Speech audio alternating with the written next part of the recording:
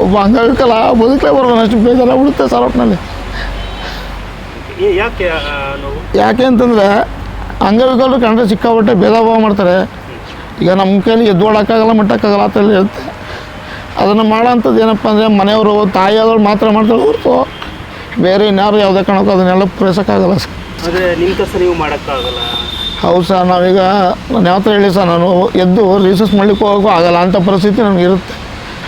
ಈಗ ಲೆಟ್ರಿನ್ಗೆ ಹೋಗ್ಬೇಕು ಅಂತ ನಂಗೆ ಕಲ್ ಹೋಗೋಕ್ಕಾಗಲ್ಲ, ನಿಂತು ಥರ ಮಾಡ್ಕೊಂಬಿಡ್ತಾಯಿದ್ದೆ. ಆ ಟೈಮಲ್ಲಿ ನಾನು ಇಲ್ಲೆಲ್ಲರೂ ನಿಂತ್ಕೊಂಡ್ರೆ ಬಿಟ್ಬಿಟ್ಟು ಹೊಟ್ಟೋಯ್ತಾಯಿದ್ರು, ಯಾರೂ ಬರ್ತಿರಲಿಲ್ಲ. ಆಗ ನಾಯಿಗಳೆಲ್ಲ ಕಚ್ಚಕ್ಕೆಲ್ಲ ಬರೋವಾಗ ನಮ್ಮ ಅಜ್ಜಿ ಬರೋ ಗಂಟೆ ಕಾಯ್ತಾಯಿದ್ದೆ. ಅವ್ರು ಬಂದಂತಿರೋ ಒಳಗೆ ತೊಗೊಂಡೋಗಿ ತೊಳೆದು ಬೆಳೆದೆಲ್ಲ ಕರ್ಕೊಂಡು ಹೋಗ್ತಾಯಿದ್ರು ಸರ್. ಜೀವನದಲ್ಲಿ ಅವೆಲ್ಲ ಬೇಡ ಸರ್, ಸಾಕು. ಒಟ್ಟಿನಲ್ಲಿ ನನಗಾಗಿರೋ ಪರಿಸ್ಥಿತಿ ಇನ್ಯಾರಿಗೂ ಆಗೋದು ಬೇಡ ಅನ್ನೋದು ನಾವು ಕೇಳ್ಕೊತೀವಿ ಸರ್, ಅಷ್ಟೇ. ಈಗ ಹೊಸದಾಗಿ ಅಂಗವಿಕಲತೆ ಆಗ್ಬಿಡುತ್ತಲ್ಲ ಸರ್, ಅಂಥವ್ರೆಲ್ಲ ಏನು ಮಾಡಬೇಕು ಸರ್? ಅಂಥವ್ರಿಗೆ ಅಂತಂದರೆ ಅದು ಹೇಳಿದ್ನಲ್ಲ ಸರ್, ಈಗ ನಾವು ಈಗ ಚಿಕ್ಕದಿಂದ ಬಂದಿರೋದ್ರಿಂದ ನಮ್ಗೆ ಇದು ಲೆಕ್ಕಕ್ಕಿಲ್ಲ ಸರ್. ಒಟ್ಟಿನಲ್ಲಿ ನಾವು ಹೆಂಗೆ ಒಟ್ಟಿನಲ್ಲಿ ನಾವು ಬದುಕ್ತೀವಿ. ಒಟ್ಟಿನಲ್ಲಿ ನಾವು ನಮ್ಗೆ ಇರೋ ತೊಂದರೆ ಆದಾಗ ಏನು ಮಾಡ್ತೀವಿ ಅಂದರೆ ನಮಗಿಂತ ಜಾಸ್ತಿ ಆಗಿರುತ್ತಲ್ಲ ತೊಂದರೆ, ಅಂಥವ್ರನ್ನ ನೋಡಿ ನಾವು ಅವ್ರಿಗಿಂತ ನಮ್ಮನ್ನು ಚೆನ್ನಾಗಿ ಮಾಡೋದೇ ಭಗವಂತ ಅಂತ ನಾವು ಆಸೆ ಪಟ್ಕೊಂಡು ನಾವು ಬೆಳೀತಾ ಇದೀವಿ ಸರ್. ಒಟ್ಟಿನಲ್ಲಿ ನನಗಿಲ್ಲ ಛಲ ಇಷ್ಟ ಸರ್, ನನ್ನಲ್ಲಿರೋದು. ನಾರ್ಮಲ್ ಪರ್ಸನ್ ಏನು ಮಾಡೋಕ್ಕಾಗಲ್ಲ ಅಂತ ಹೇಳ್ತಾರೆ, ಅದನ್ನು ಮಾಡಬೇಕು ಅನ್ನೋದೇ ನನ್ನ ಆಸೆ. ಅದೇ ಥರ ಮಾಡ್ತಾಯಿದ್ದೀನಿ, ಮಾಡ್ಕೊಂಡು ಬರ್ತಾಯಿದ್ದೀನಿ ಸರ್. ನಾನು ಇದುವರೆಗೆ ಸೈಕಲ್ ಹೊಡೆಯೋದು ಕಲ್ತಿದ್ದೀನಿ, ಅದು ಅಷ್ಟೇ. ನಮ್ಗೆ ಯಾರು ಗುರುಗಳಿಲ್ಲ, ಯಾರೂ ಹೇಳ್ಕೊಟ್ಟಿಲ್ಲ. ಸ್ವಿಮ್ಮಿಂಗ್ ಮಾಡ್ತೀನಿ, ಅದಕ್ಕೂ ಅಷ್ಟೇ. ಸ್ವಿಮ್ಮಿಂಗು ನಮ್ಗೆ ಯಾರೂ ಗುರುಗಳಿಲ್ಲ. ಕೇಳೋಕೆ ಹೋಗ್ತಾಯಿದ್ದೆ ಹೇಳ್ಕೊಡೋರನ್ನ, ನೀವು ಸತ್ತೋಗ್ಬಿಟ್ರೆ ನಮ್ಮ ಮೇಲೆ ಬರುತ್ತಪ್ಪ ಹಾಗೆ ಹಂಗೆ ಹಿಂಗೆ ಅಂತ ಅಂದ್ಬಿಟ್ಟು ನಮ್ಗೆ ಯಾರೂ ಏನು ಹೇಳ್ಕೊಳಕ್ಕೆ ಗೊತ್ತಿರಲಿಲ್ಲ ಸರ್. ಒಟ್ಟಿನಲ್ಲಿ ವೀಕ್ಷಕರೇ ನಮಸ್ಕಾರ, ನೀವು ನೋಡ್ತಾ ಇದ್ದೀರಾ ರೈಟ್ ನ್ಯೂಸ್. ವಿಶೇಷಚೇತನರು ವಿಶೇಷವಾದ ವ್ಯಕ್ತಿಗಳು ಈ ಜಗತ್ತಿನಲ್ಲಿ. ಆದರೆ ಎಷ್ಟೊಂದು ಕಡೆ ವಿಶೇಷಚೇತನನ್ನೇ ತುಂಬ ಕೀಳಾಗಿ ನೋಡುವಂಥ ಸಮಾಜನೂ ಕೂಡ ನಿರ್ಮಾಣ ಆಗ್ತಾಯಿದೆ. ಜಾತಿ ಇದೆಲ್ಲವೂ ಕೂಡ ಸೇರ್ಕೊಳ್ತಾ ಇದೆ. ನಾವು ಪಾಡ್ಪಟ್ಟರೆ ಅದು ಹೇಳೋಕ್ಕಾಗಲ್ಲ. ಇದು ಒಂದು ದೇವಸ್ಥಾನ. ಈ ದೇವಸ್ಥಾನದಲ್ಲೇ ಫಸ್ಟ್ ಇಲ್ಲಿ ಸ್ಕೂಲ್ ಇತ್ತು, ಶಿಸ್ಪಾರದ ಥರ. ಇಲ್ಲಿಗೆ ಬರ್ತಾಯಿದ್ದೆ ನಾನು ಫಸ್ಟ್ ಇಲ್ಲಿಗೆ. ಆಗ ನಮ್ಮ ಅಜ್ಜಿಯವರೊಬ್ರು ಇದ್ದರು, ಅವ್ರು ಎತ್ಕೊಂಬಂದು ಕೂರಿಸೋರು ಕರ್ಕೊಂಡು ಹೋಗ್ತಾಯಿದ್ರು. ಅದೆಲ್ಲ ನೆನೆಸ್ಕೊಂಡ್ರೆ ನಮಗೆ ಬೇಜಾರಾಯ್ತು ಸರ್. ಒಟ್ಟಿನಲ್ಲಿ ಯಾವುದೇ ಕಾರಣಕ್ಕೂ ಏನೇ ಬಂದು ಎದುರ್ಕೋಬಾರ್ದು ಸರ್. ಒಟ್ಟಿನಲ್ಲಿ ಜೀವನದಲ್ಲಿ ನನ್ನ ಅನುಭವದ ಮಾತು ನಾನು ಮಾತಾಡೋದು. ಯಾವುದೇ ಕಾರಣಕ್ಕೂ ಏನಾರ ಬರಲಿ ಸರ್, ಬರೋದು ಕೆಲಸಕೊಂಡು ಭಗವಂತನ ದಯ ಒಂದು ಇರಲಿ ಅಂತ ಅನ್ಬೇಕು. ನಾವು ಮುನ್ನುಗ್ಬೇಕು ಸರ್. ಆಗಲ್ಲ ಅಂತ ಕೂತ್ಕೊಂಡಾಗ ಏನೂ ಮಾಡೋಕ್ಕಾಗಲ್ಲ ಸರ್. ನಾನು ಆಯ್ತೆ ಅಂತ ನಾನು ಪ್ರಯತ್ನ ಪಟ್ಟರೆ ಒಂದಿನ ಹೋಗೋಕ್ಕಾಗದಿರ್ಬೋದು, 2 ದಿನ ಹೋಗೋಕ್ಕಾಗದಿರೋ ಬೇಡ, ಒಂದು ವಾರನೇ ಆಗದೇ ಇರ್ಬೋದು. ಆದರೆ ನಾನು ಪ್ರಯತ್ನ ಪಟ್ಟರೆ ಒಂದೇ ನಾವು ಗುರಿ ತಲುಪ್ತೀನಿ ಸರ್. ತಲುಪಬೇಕು ಅನ್ನೋ ಚೆನ್ನಾಗಿ ನನ್ನಲ್ಲಿದ್ದರೆ ನಾನು ಯಾವತ್ತಿರೂ ನಾನು ಮುಟ್ಟೆ ಮುಟ್ತೀನಿ ಸರ್. ಅದಂತೂ ಸತ್ಯ ಸರ್. ಒಟ್ಟಿನಲ್ಲಿ ಹಾಂ ಸರ್, ಇದ್ದೀನಿ ಸರ್. ಸರ್ ನಾನು ಅಥ್ಲೆಟಿಕ್ಸಲ್ಲಿ ಇದ್ದೀನಿ ಸರ್. ಅಥ್ಲೆಟಿಕ್ಸಲ್ಲಿ 3 ಇವೆಂಟ್ ಆಡ್ತೀನಿ. ಜಾವ್ಲಿನು, ಡಿಸ್ಕಸ್ಸು, ಶಾರ್ಟ್ ಪುಟ್ಟು 3 ಆಡ್ತೀನಿ ಸರ್. ಮತ್ತು ಸ್ವಿಮ್ಮಿಂಗಲ್ಲೂ ಮಾಡ್ತೀನಿ, ಮತ್ತು ಸಿಟ್ಟಿಂಗ್ ವಾಲಿಬಾಲ್ ಆಡ್ತೀನಿ, ಕಬಡ್ಡಿನೂ ಆಡ್ತೀನಿ ಸರ್. ವೀಲ್ಚೇರ್ ಕ್ರಿಕೆಟಲ್ಲಿ ಆಡ್ತಾಯಿದ್ದೀನಿ. ಆಮೇಲೆ ವೀಲ್ಚೇರ್ ವಿಲ್ಲೋ ಅಂತ ಬರುತ್ತೆ, ಅದರಲ್ಲಿ ಇಂಡಿಯಾ ಬಿ ಟೀಮಲ್ಲಿ ಇದ್ದೀನಿ ಸರ್. ವೀಲ್ಚೇರ್ ಕ್ರಿಕೆಟಲ್ಲಿ ಕರ್ನಾಟಕ ಟೀಮಲ್ಲಿ ಆಟಾಡ್ತಾಯಿದ್ದೀವಿ. ಇವೆಲ್ಲ ನಮ್ಮ ಹುಡುಗರುಗಳನ್ನೇ ಒಟ್ಟಿನಲ್ಲಿ ಸರ್. ಎಲ್ಲ ಒಟ್ಟಿನಲ್ಲಿ ಹೆಂಗೆ ಆಟಾಡ್ಕೊಂಡು ನಾ ಏನಪ್ಪ ಅಂತಂದರೆ ನನ್ನ ಮನಸ್ಸಲ್ಲಿರೋದು ನಾನು ಚೆನ್ನಾಗಿರ್ಬೇಕು ಅಂದರೆ ನನ್ನ ಸುತ್ತಮುತ್ತ ಇರೋರು ಚೆನ್ನಾಗಿದ್ದರೆ ಮಾತ್ರ ನಾನು ಚೆನ್ನಾಗಿರ್ಬೋದು. ನಾನು ಚೆನ್ನಾಗಿದ್ಕೊಂಡು ಸುತ್ತಮುತ್ತನೂ ಕೆಟ್ಟೋಯ್ತು ಅಂದರೆ ನಾನು ಬದುಕೋಕ್ಕಾಗಲ್ಲ. ಅದರಿಂದ ಒಟ್ಟಿನಲ್ಲಿ ನನ್ನ ಸುತ್ತಮುತ್ತ ಇರೋರು ನನ್ನ ಥರ ಅವ್ರ ಪರಿಸ್ಥಿತಿನ ಆಗೋದು ಬೇಡ ಅಂತ ನನ್ನ ಜೊತೆಲಿರೋರು, ನನಗೆ ಗೊತ್ತಾದವ್ರನ್ನ ನಮ್ಮ ಜೊತೆಲಿ ಕರ್ಕೊಂಬಂದು ಅವ್ರ ಕೈಯಲ್ಲಿ ಏನು ಅಚೀವ್ಮೆಂಟ್ ಮಾಡೋಕ್ಕಾಯ್ತು ಅನ್ನೋದನ್ನ ತಿಳ್ಕೊಂಡು ಅದ್ರ ಪ್ರಕಾರ ಅದು ಅವ್ರಿಗೆ ಪ್ರೋತ್ಸಾಹ ಕೊಟ್ಟು ಅದನ್ನು ಕರ್ಕೊಂಡೋಗಿ ಆಟಾಡ್ಸ್ಕೊಂಡು ಬರ್ತೀನಿ ಸರ್. ಎಲ್ಲೆಲ್ಲಿವರೆಗೂ ಹೋಗಿದ್ದೀರಾ ಸರ್? ನಾನು ಹೈದರಾಬಾದು, ಮತ್ತು ಚೆನ್ನೈ, ಡೆಲ್ಲಿ, ಗೋವಾ, ಹರಿಯಾಣ, ಮತ್ತು ಪಂಜಾಬು, ಮತ್ತು ನೇಪಾಳ್ಗೆ ಹೋಗಿದ್ದೀನಿ ಸರ್. ಅಲ್ಲೂ 2 ಗೋಲ್ಡ್ ಮೆಡಲ್ ಆಯಿತು ನನಗೆ ಅಥ್ಲೆಟಿಕ್ಸಲ್ಲಿ. ಮೊದಲನೇ ಸರಿ ಹೋಗಿದ್ದೆ ವೀಲ್ಚೇರ್ ವಿಲ್ಲೋಗಿ ಅಂತ. ಆವಾಗ ಟ್ರೈನಲ್ಲಿ ಹೋದೆ, ಸಿಕ್ಕಾಪಟ್ಟೆ ಹಿಂಸೆ ಆಗೋಯ್ತು, ಆಗಲಿಲ್ಲ. ಆಮೇಲೆ ನೆಕ್ಸ್ಟ್ ಸರಿಗೆ ನನಗೆ ಸುಮಾರು ಜನ ಹೆಲ್ಪ್ ಮಾಡೋದು ಒಟ್ಟಿನಲ್ಲಿ. ಅಂದರೆ ಅದೇ ಮೈಸೂರಿನಲ್ಲಿ ರಾಮಚಂದ್ರ ಸರ್ ಅಂತಿದ್ದಾರೆ. ನನಗೆ ಮೊದಲನೇ ಗುರುಗಳು ಮಂಜುನಾಥ್ ಅಂತ. ಅವರಾದ್ಮೇಲೆ ನಮಗೆ ರಾಮಚಂದ್ರ ಸರ್ ಸಿಕ್ಕಿದ್ರು, ಮತ್ತು ಪ್ರಭು ಸರ್ ಸಿಕ್ಕಿದ್ರು. ಪ್ರಭು ಸರು, ರಾಮಚಂದ್ರ ಸರ್ ಎಲ್ಲ ನಮ್ಗೆ ತುಂಬ ಹೆಲ್ಪ್ ಮಾಡೋದ್ರಿಂದ ಒಟ್ಟಿನಲ್ಲಿ ಈಗ ಅವ್ರು ನಂಗೆ ಹೆಂಗೆ ಹೆಲ್ಪ್ ಮಾಡಿ ನನಗೆ ಮುಂದೆ ತಗೊಂಬಂದು ನಾನು ಇವತ್ತು ದಿವಸ ನಾನು ಈ ಮಟ್ಟದಲ್ಲಿ ಇದ್ದೀನಿ ಅಂದರೆ ಅವತ್ತು ದಿವಸ ನನ್ನ ಹುಡುಗ ಮಾತ್ರ ಸೀಮಿತ ಅಷ್ಟೇ. ನನ್ನ ಮನೆಗೆ, ನಮ್ಮ ಬೀದಿಗೆ ಮಾತ್ರ ಸೀಮಿತ. ಇವತ್ತು ದೇಶಾದ್ಯಂತ ಎಲ್ಲ ಕಡೆನೂ ಒಟ್ಟಿನಲ್ಲಿ ನಮ್ಮ ಹೆಸರು ಐತೆ ಸರ್. ಒಟ್ಟಿನಲ್ಲಿ ಅವ್ರ ಜೊತೆ ಎಲ್ಲ ಸೇರಿದ ಮೇಲೆ ಎಲ್ಲ ಕಡೆ ಒಟ್ಟಿನ ಓಡಾಡ್ಕೊಂಡು ಚೆನ್ನಾಗಿದ್ದೀನಿ. ನಿಮಗೆ ಟ್ರಾವೆಲ್ ಮಾಡ್ಬೇಕಾದ್ರೆ ಕಾರ್ಡ್ ತೋರಿಸಿದ್ರೆ ನಿಮಗೆ ಡಿಸ್ಕೌಂಟ್ ಇದೆಯಾ? ಇಲ್ಲ ಸರ್, ಯಾವುದೇ ಥರ ನಮ್ಗೆ ಯಾವುದೋ ಡಿಸ್ಕೌಂಟ್ ಏನಿಲ್ಲ. ಅಂದರೆ ಬಸ್ ಪಾಸ್ ಅಂತ ಮಾಡಿಸ್ಕೊಬೇಕು. ಅದಕ್ಕೆ ವರ್ಷಕ್ಕೊಂದ್ಸತಿ 660 ರೂಪಾಯಿ ಕಟ್ಟಬೇಕು ಸರ್. ಅದು 100 ಕಿಲೋಮೀಟ್ರ್ ಮಾತ್ರ ಮೀಸಲೈತೆ. ಅದೊಂದು ಸ್ವಲ್ಪ ಹೆಚ್ಚಿಗೆ ಮಾಡ್ಕೊಡಿ ಅಂತ ಕೇಳ್ಕೊತಾ ಇದ್ದೀವಿ. ಏನೋ ಅದನ್ನು ಮಾಡ್ತಾಯಿಲ್ಲ ನಮಗೆ. ಅದು 660 ರೂಪಾಯಿ ಕಟ್ಟಿದ್ರೆ ಬರೀ 100 ಕಿಲೋಮೀಟ್ರ್ ಮಾತ್ರ ಇರುತ್ತೆ. ಕೆಲವೊಂದು ಬಸ್ ಹತ್ತಕ್ಕಾಗಲ್ಲ, ಕೆಲವು ಬಸ್ ಹತ್ಬೋದು ಸರ್.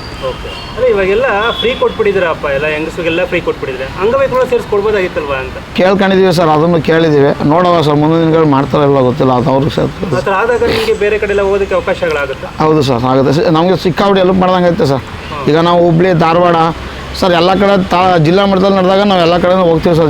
ಎಲ್ಲ ಜಿಲ್ಲೆಗಳಲ್ಲಿ ಹೋಗಿ ಪಾರ್ಟಿಸಿಪೇಟ್ ಮಾಡೋಕೆ ಹೋಗ್ತೀವಿ. ಮತ್ತು ಔಟ್ ಆಫ್ ಸ್ಟೇಟ್ ಇದ್ದಾಗ ಔಟ್ ಆಫ್ ಸ್ಟೇಟು ಹೋಗ್ತೀವಿ.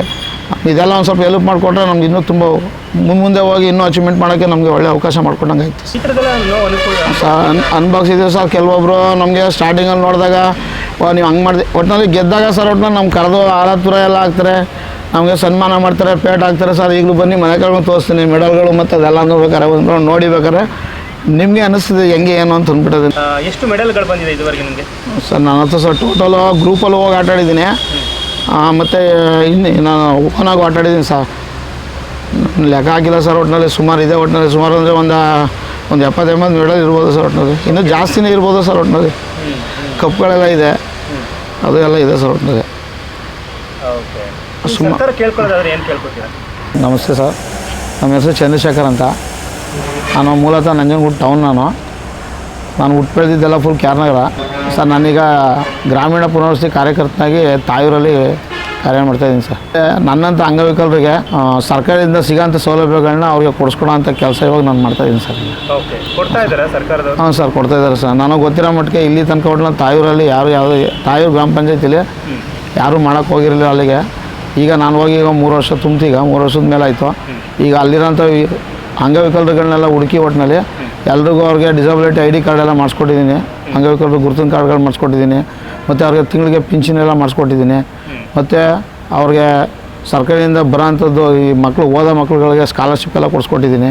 ಮತ್ತು ಕೃತಕ ಕಾಲುಗಳು ಕೈಗಳು ಅದೆಲ್ಲ ಇರಲಿಲ್ಲ ಸುಮಾರು ಜನಕ್ಕೆ, ಅಂಥವ್ರಿಗೆ ಅದನ್ನೆಲ್ಲ ಕೊಡಿಸ್ಕೊಟ್ಟಿದ್ದೀನಿ. ಈಗ ಅದೆಲ್ಲ ಹಾಕೊಂಡು ಓಡಾಡ್ತಾಯಿದ್ದಾರೆ. ಮತ್ತು ಸ್ವಲ್ಪ ಜನಕ್ಕೆ ಓಡಾಡಲಿಕ್ಕೆ ಆಗದಿದ್ದವರು ಸುಮಾರು ಜನ ಸ್ಕೂಟ್ರುಗಳು, ಸೈಕಲ್ಲು, ಮತ್ತು ಕ್ರಚಸ್ಸು, ಮತ್ತು ವಾಕಿಂಗ್ ಸ್ಟಿಕ್ಕು, ಮತ್ತು ವಾಕರ್ಗಳು, ಈ ಥರ ಸಲಕರಣೆಗಳು ಏನೇನು ಕೊಡ್ತಾರೆ ನಮ್ಮ ಸರ್ಕಾರದಿಂದ ಸೌಲಭ್ಯ ಸಿಗೋಂಥದ್ದು. ಅದೀಗ ನಾನು ಅಲ್ಲಿ ವಾರ್ಡಿಗೆ ಸೇರ್ಕೊಂಡ ಮೇಲೆ ನನಗೆ ಅದೊಂದು ಕೆಲಸ ಅಂತ ಆದಮೇಲೆ ನನಗೊಂದು ದೇವ್ರು ಕೊಟ್ಟು ಬರ ಅಂತ ಅಂದ್ಕೊಂಡೆ. ಆ ಥರ ತಿಳ್ಕೊಂಡು ನೋಟಿನಲ್ಲಿ ನಾನು ಅನುಭವಿಸಿದೆ. ನಾನು ಆ ಥರ ಅವ್ರಿಗೆ ಅನುಭವಿಸ್ಬಾರ್ದು, ಅಂಥವ್ರಿಗೆ ಹೆಲ್ಪ್ ಮಾಡಬೇಕು ಅನ್ನೋ ಮನಸ್ಸಿಂದ ಅವಾಗಿಂದ ಇತ್ತು. ಆಸೆ ನನಗೆ ಈಡೇರಿಸ್ತಾಯಿದ್ದೀನಿ ಸರ್. ನಾನು ಈಡೇರ್ತೈತೆ ನನಗೆ. ನಮ್ಮ ಕೈಯಲ್ಲಿ ಆದದ್ದು ಒಟ್ಟಿನಲ್ಲಿ ಹೆಲ್ಪ್ ಮಾಡಿಕೊಡ್ತಾಯಿದ್ದೀನಿ. ಟೋಟಲು 110 ಜನ ಬರ್ತಾರೆ. 110 ಜನದಲ್ಲಿ 110 ಜನಕ್ಕೂ ಆಗೈತೆ ಸರ್. ಒಟ್ಟಿನಲ್ಲಿ UD ಕಾರ್ಡ್ ಇನ್ನೂ 9 ಜನಕ್ಕೆ ಬ್ಯಾಲೆನ್ಸ್ ಇದೆ. 9 ಜನದ ಮಾಡಿಸ್ತಾಯಿದ್ದೀನಿ. ಇನ್ನು ಬಾಕಿಯವ್ರಿಗೆ ಎಲ್ರಿಗೂ ಒಟ್ಟಿನಲ್ಲಿ ಕೊಡಿಸ್ಕೊಡ್ತಾಯಿದ್ದೀನಿ ಸರ್. ಹೌದು ಸರ್. ಡಿಸಬಿಲಿಟಿ ID ಕಾರ್ಡ್ ಇಲ್ಲ ಅಂತಂದರೆ ಅದು ಯಾವುದೇ ಕಾರಣಕ್ಕೂ ಗೌರ್ಮೆಂಟಿಂದ ಬರೋಂಥ ಸೌಲಭ್ಯ ಏನೂ ತಗೊಳ್ಳಿಕ್ಕಾಗಲ್ಲ ಸರ್. ಓಕೆ. ಈಗ ಡಿಸಬಿಲಿಟಿ ಇರೋರು ಎಷ್ಟೋ ಜನ ನಕಲಿನೂ ಇರ್ತಾರಂತಲ್ಲ? ಹೌದು ಸರ್, ನಕಲಿನೂ ಇರ್ತಾರೆ, ಇವರು ಇರ್ತಾರೆ. ಅಂದರೆ ಏನಪ್ಪ ಅಂದರೆ ನಮ್ಗೆ ಅವ್ರು ನೋಡಿದ ತಕ್ಷಣ ಗೊತ್ತಾಯ್ತೆ ಸರ್, ಇವ್ರು ನಕಲಿನ ಅಥವಾ ಅಸಲಿನ ಗೊತ್ತಾಗೋಯ್ತೆ ಸರ್. ಒಟ್ಟಿನಲ್ಲಿ ಗೊತ್ತಾದಾಗ ನಾವೇ ಅದಕ್ಕೆ ಮೊದಲೇ ಸರ್ ನಿಮಗೆ ಬರೋಲ್ಲ ಅಂತ ನಾವೇ ಡೈರೆಕ್ಟಾಗಿ ಹೇಳ್ತೀವಿ ಸರ್. ಹೇಳಿ ಅಂಥವ್ರಿಗೆ ನಾವು ಮಾಡ್ಸೋಕ್ಕೆ ಏನೂ ಇಷ್ಟಪಡೋಕ್ಕೆ ಹೋಗೋಲ್ಲ. ಯಾಕೆಂದರೆ ನಿಜವಾದ ಅಂಗವಿಕಲರಿಗೆ ತೊಂದರೆ ಆಯ್ತದೆ, ಅವ್ರಿಗೆ ಸಿಗ್ದಂಗೆ ಐತೆ ಅಂತ ಅಂದ್ಬಿಟ್ಟು ಫಸ್ಟು ಅಂಗವಿಕಲರಿಗೆ ಬರಬೇಕು ತಲುಪಬೇಕು ಅಂತ ನಾವು ಮಾಡೋಕೆ ಹೋಗ್ತೀವಿ. ಅದರಲ್ಲಿ ನಮ್ಮನ್ನು ಬಿಟ್ಬಿಟ್ಟು ಅವರೇ ಸ್ವಂತವಾಗಿ ಮಾಡ್ಕೊಂಡು ಹೋಗೋರು ಕೆಲವರು ಇರ್ತಾರೆ. ಆ ಥರ ಮಾಡಿಸ್ಕೊಂಡಾಗ ನಾವೇನು ಮಾಡೋಕ್ಕಾಗಲ್ಲ ಸರ್. ಅಂಥವ್ರ ಮೇಲೆ ಕ್ರಮ ಆಗಲ್ವಾ? ಯಾಕೆ ಈಗ ಒಳ್ಳೆಯವರು ಈ ಥರ ಅಂಗವಿಕಲರದ್ದು ಸವಲತ್ತುಗಳನ್ನ ಕಿತ್ಕೊಂಡ್ಬಿಟ್ರೆ? ಹೌದು ಸರ್. ನೋವಾಗಲ್ವಾ? ಆಗುತ್ತೆ ಸರ್, ನಮಗೂ ನೋವಾಗುತ್ತೆ. ಆದರೆ ಅದನ್ನೆಲ್ಲ ಗುರುತಿಸಿ ಅದನ್ನ ಇದು ಮಾಡ್ಬೇಕು ಸರ್. ಒಟ್ಟಿನಲ್ಲಿ ಮಾಡ್ತಾವ್ರೆ. ಒಟ್ಟಿನಲ್ಲಿ ಆಲ್ರೆಡಿ ಈಗ ನಕಲಿ ಇರೋದೆಲ್ಲ ಸುಮಾರು ಜನ ಸ್ಟಾಪ್ ಆಗೈತೆ. ಪಿಂಚಣಿ ಎಲ್ಲ ಸ್ಟಾಪ್ ಆಗೈತೆ. ಚಿಕ್ಕದ್ರಲ್ಲಿ ಫಸ್ಟ್ ಎಲ್ಲ ಮಾಡ್ತಿದ್ದು ಏನಪ್ಪ ಅಂದರೆ ಮಾಮೂಲಿ ಕೈಯಲ್ಲಿ ಬರವಣಿಗೆ ಬರ್ಕೊಡ್ತಾಯಿರೋ ಸರ್ಟಿಫಿಕೇಟು ಅದರಲ್ಲಿ ಮಾಡಿಸ್ಕೊಂಡ್ಬಿಟ್ಟಿದ್ದಾರೆ ಆಲ್ರೆಡಿ ಅವಾಗೆಲ್ಲ. ಈಗ ಅವ್ರುಗಳಿಗೆ UD ಕಾರ್ಡ್ ಮಾಡ್ಸೋಕೆ ಹೋದ್ರೆ ಅವ್ರದ್ದೆಲ್ಲ ರದ್ದಾಗ್ತಾಯಿದೆ ಸರ್. ಒಟ್ಟಿನಲ್ಲಿ UD ಕಾರ್ಡ್ ಕೊಡೋಲ್ಲ, ಅವ್ರಿಗೆ ಕೊಡೋಕೆ ಬರೋಲ್ಲ.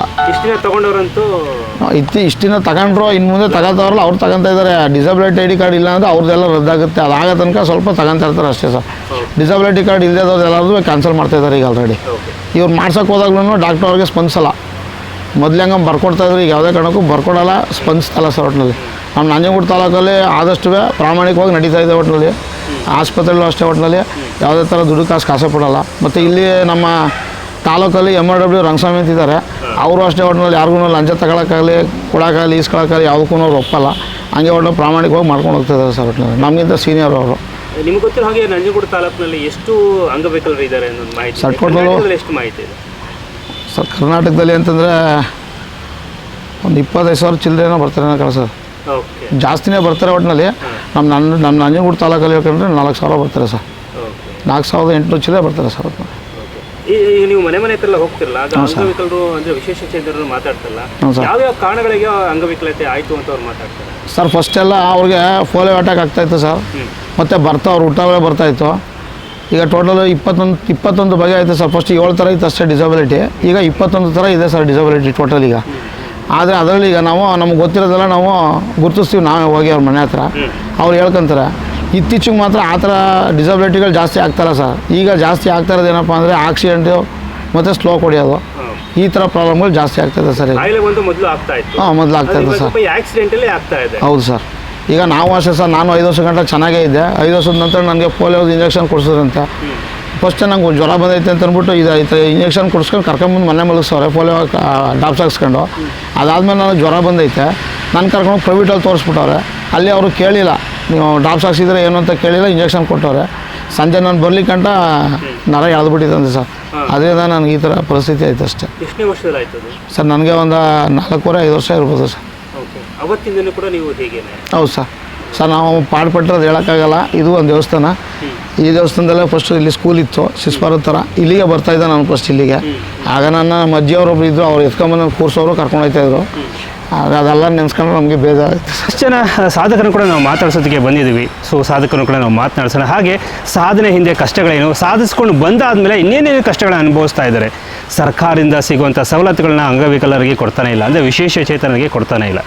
ಹಾಗೆ ತುಂಬ ಜನ ವಿಶೇಷ ಚೇತನ ಡಿಮ್ಯಾಂಡ್ಸು ಏನು ಅಂತಂದರೆ, ಮಹಿಳೆಯರಿಗೆಲ್ಲ ಫ್ರೀ ಮಾಡಿಬಿಟ್ಟಿದ್ದೀರಿ ಸರ್, ನಾವು ಆಫ್ಟರ್ ಆಲ್ ಎಷ್ಟು ಪರ್ಸೆಂಟ್ ಇದ್ದೀವಿ, ಎಷ್ಟು ಜನ ಇದ್ದೀವಿ, ನಮಗೊಂದಷ್ಟು ಫ್ರೀಯಾಗಿ ಬಸ್ಸನ್ನ ನೀವು ಕೊಟ್ಟರೆ, ಫ್ರೀ ಬಸ್ ಫೇರ್ ಕೊಟ್ಟರೆ ನಾವು ಇಡೀ ದೇಶಾದ್ಯಂತ ನಾವು ಸ್ಪೋರ್ಟ್ಸಲ್ಲೆಲ್ಲ ಭಾಗವಹಿಸಿ ಎಲ್ಲಿ ಬೇಕಾದ್ರೆ ಈಗ ಹೋಗ್ತೀವಿ, ತಿಂಗಳಿಗೆ 600 ರೂಪಾಯಿ ಸಾಲ್ತಾ ಇಲ್ಲ ಅಂತಲೂ ಕೂಡ ಹೇಳ್ತಿದ್ದಾರೆ. ಸೊ ನಮಗೆ ಯಾಕೆ ನೀವು ಬಸ್ ಚಾರ್ಜನ್ನು ಫ್ರೀ ಮಾಡಬಾರ್ದು ಸರ್ಕಾರದವರು ಅಂತ ಕೇಳ್ತಾ ಇದ್ದಾರೆ. ಸೊ ಅಂಗ್ಲಾಚಿ ಕೇಳ್ತಾ ಇದ್ದಾರೆ ಅಂಗವಿಕಲ. ಇದು ರೈಟ್ ನ್ಯೂಸ್.